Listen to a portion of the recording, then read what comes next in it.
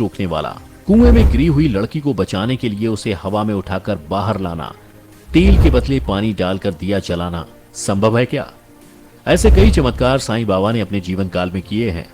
आज इतने चमत्कार करने वाले व्यक्ति या भगवान पर इतने सवाल क्यों उठाए जा रहे हैं? इससे पहले कि हम उन सवालों की तरफ बढ़ें, हम सभी को एक छोटी सी बात समझनी होगी। हमारे भारत देश में हर इंसान की जिंदगी को रिलीजन मतलब एक और पर्पस देने का काम करता है। अब उस सवाल पर वापस आएं और उसे साफ शब्दों में कहने की कोशिश करें तो क्या साईं बाबा हिंदू हैं या मुस्लिम? ये कहना काफी मुश्किल है, क्योंकि इनका दर्जा हर इंसान की श्रद्धा के हिसाब से बदल जाता है। हर इंसान साईं बाबा को एक अलग नजर से देखता है। आज भी साईं बाबा को दोनों धर्म के लोग पूजते हैं। हिंदू और मुसलमान के मन और मुटाव को एक तरफ रखकर देखें तो इससे बेहतरीन बात क्या ही हो सकती है? एक ऐसा व्यक्ति या महापुरुष जो दोनों धर्म के लोगों को एक मकसद के लिए साथ लेकर आता है। भगवान के लिए प्रेम और चिंतन। हमारी दोनों धर्म को अलग करने की आदत आखिर इतनी आसानी से तो बदली नहीं जा सकती। कुछ हिंदू धर्म के लोगों का ये मानना है कि साईं बाबा मुस्लिम फकीर, पाखंडी और एक फ्रॉड इंसान थे। इनमें से एक शंकराचार्य स्वामी स्वरूपानंद हैं, जिनके मुताबिक साईं बाबा मुस्लिम थे और उन्हें एक हिंदू देवता की तरह पूजा जाना गलत होगा। उनके लिए अगर हिंदू धर्म को बचाने के अभियान में उन्हें जेल भी जाना पड़े तो वो उसके लिए भी तैयार हैं। साईं बाबा को एक मुसलमान की तरह क्यों देखा जाता है? सबसे पहले हम इस बात को समझने की कोशिश करते हैं। साईं बाबा की कुछ विशेषता है जिसकी वजह से उन्हें मुसलमान की तरह देखा जाता है। उनमें से एक उनका मुस्लिम टोपी और सूफी कपड़े पहनना। और यही नहीं, उन्होंने अपनी ज्यादातर जिंदगी एक खाली मस्जिद में काटी है। आखिर साईं ने क्यों एक बस्ती की शांति भरी जिंदगी छोड़कर मस्जिद में रहने का फैसला किया? इस बात का जवाब सिर्फ वही जानते हैं। साईं बाबा किस धर्म के हैं, इस बात का पता तो काफी आसानी से लगाया जा सकता है। हम जिस भी घर में जन्म लेते हैं, तकनीकी तौर पर हम उसी धर्म से बिलोंग करते हैं। साईं के लिए भी यही बात लागू होती है। बस साईं बाबा की जिंदगी की शुरुआत एक झूठ की चादर से ढकी है। आज तक ऐसा कोई पुख्ता सबूत नहीं मिला जिससे ये कहा जा सके कि उन्होंने किसी हिंदू के घर जन्म लिया या मुसलमान के। उनकी लिखी हुई किताब सबका मालिक एक, इस्लाम और सूफी धर्म को अपनाता है। साईं का अल्लाह शब्द भगवान या किसी और शब्द को छोड़कर इस्तेमाल करना उन्हें हिंदू से ज्यादा मुसलमान की तरह दिखाता है।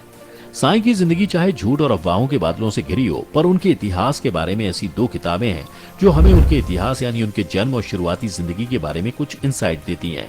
आज तक ऐसी दो ही किताबें लिखी गई हैं जिन पर बाकियों के मुकाबले यकीन किया जा सकता है। और अब जो हम आपको बताने जा रहे हैं, शायद आप वो बातें सुनकर इतने हैरान ना हो। ये दोनों ही किताब हिंदू धर्म को मानने वाले लोगों ने लिखी है।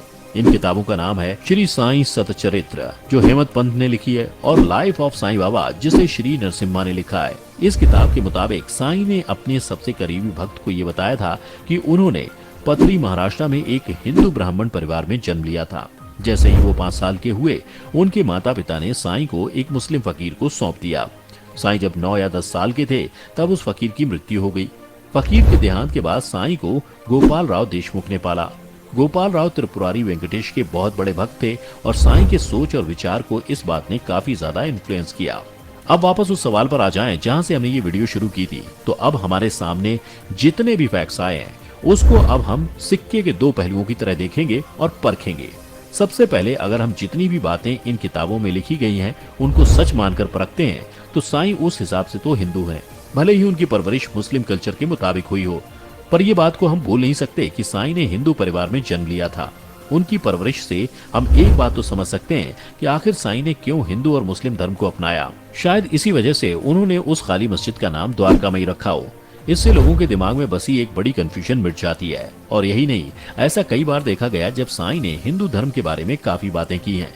साईं बाबा को भगवान का अवतार भी माना गया, जो एक साधु या संत की जिंदगी जीकर लोगों के दुख और दर्द उनसे छीन लेते थे।